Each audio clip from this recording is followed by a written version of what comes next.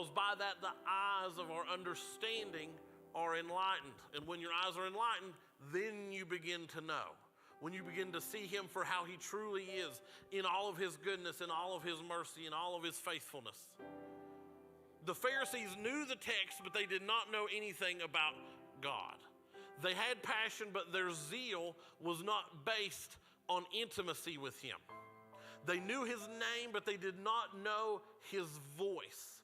And they were operating in ignorant worship. When we were born again, we were called out of darkness because we were able to see God for who he truly is. That Jesus is the one who revealed him to us. We have been given the key to knowledge, and his name is Jesus.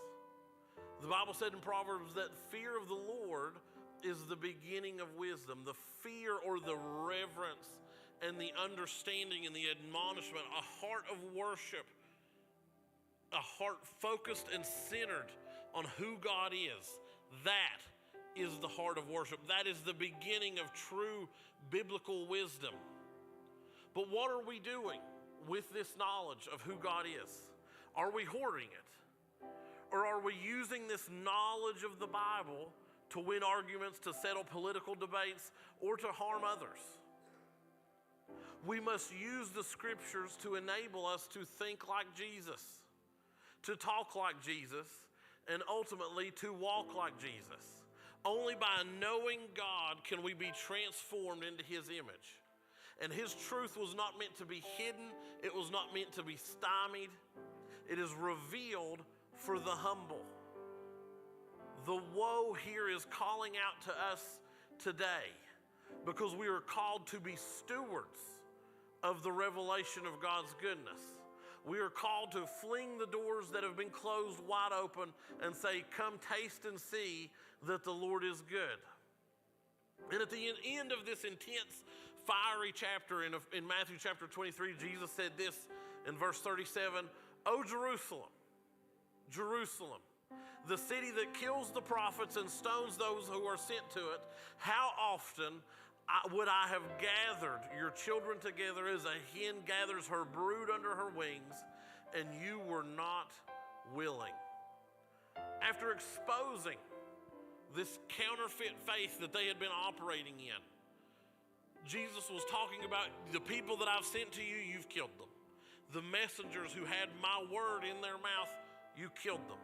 But how often have I wanted to, even since then, even now, would gather you to myself, like a mother does her chicks, like a mother hen does her babies.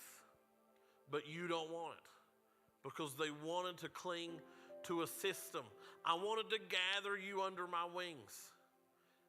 And this woe ultimately points to the invitation of love. God's warnings were always an invitation to his shelter. He doesn't just expose sin so that he can leave us naked and ashamed. Even look at Adam and Eve in the garden. They were hiding. And the Lord, who knows all things, said, "Where are you?" And they said, "Well, we're hiding because we're naked." And he said, "Well, who told you that you were naked?" And then we see that the Lord fashioned coverings for them. He didn't say, "Well, I can't believe," especially as a parent, when Brooks does something dumb, I'm like, "Well, I told you," But that's not what the Lord did. Even in the first instance that we have of sin and wrongdoing and walking away and rebelling against God, there was mercy available. There was redemption available. And today, if you have felt the sting of conviction, we don't need to run from it. The Holy Spirit is flashing a warning sign. If one of these things is like, "Oh, maybe that's talking about me," that is the Holy Spirit flashing a warning sign saying, like, you're driving a car with bad oil. It's time to come back to me to be refilled. If you've been wearing a mask, pretending to be somebody that you're not, that you have it all together, bring your real messy self to the altar. If you've been caught up in the routine of religion, but you've lost the heartbeat of mercy and justice, let him recalibrate your heart as we worship. He is standing with arms wide open, and he is ready to gather us. He is inviting us to come to him so that he can heal what needs healed, and that we can come back under his wings, because the door to his kingdom is never shut. The door to his inner courts was permanently ripped into, because he always has that door open for us. Will you stand with me?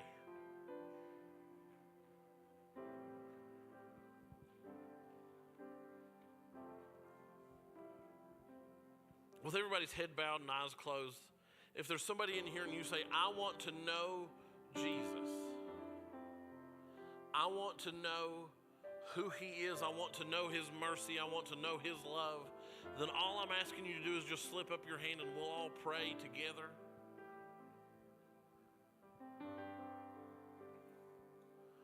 My next question is this: if there's anybody and you have any kind of need in your body, you need physical healing, or you have a situation that you want us to pray for, we will join together with you and believe we'll see the Lord move right now. We'll believe we'll see the situation change right now. Because God is not an idea, but he is a person. The Holy Spirit is a person who is here, the power of God in manifestation in our life, to bring change, to bring healing. So just as we go into a time of worship, this altar is open, and we will pray with you for anything that you need.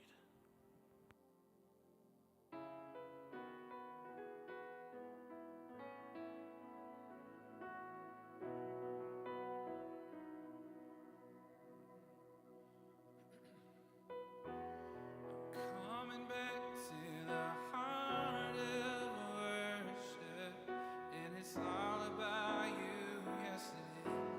It's all about you, Jesus. I'm sorry, Lord, for the things I've made it. When it's all about you, it's all about you, Jesus. King of endless worth, no one could express how much you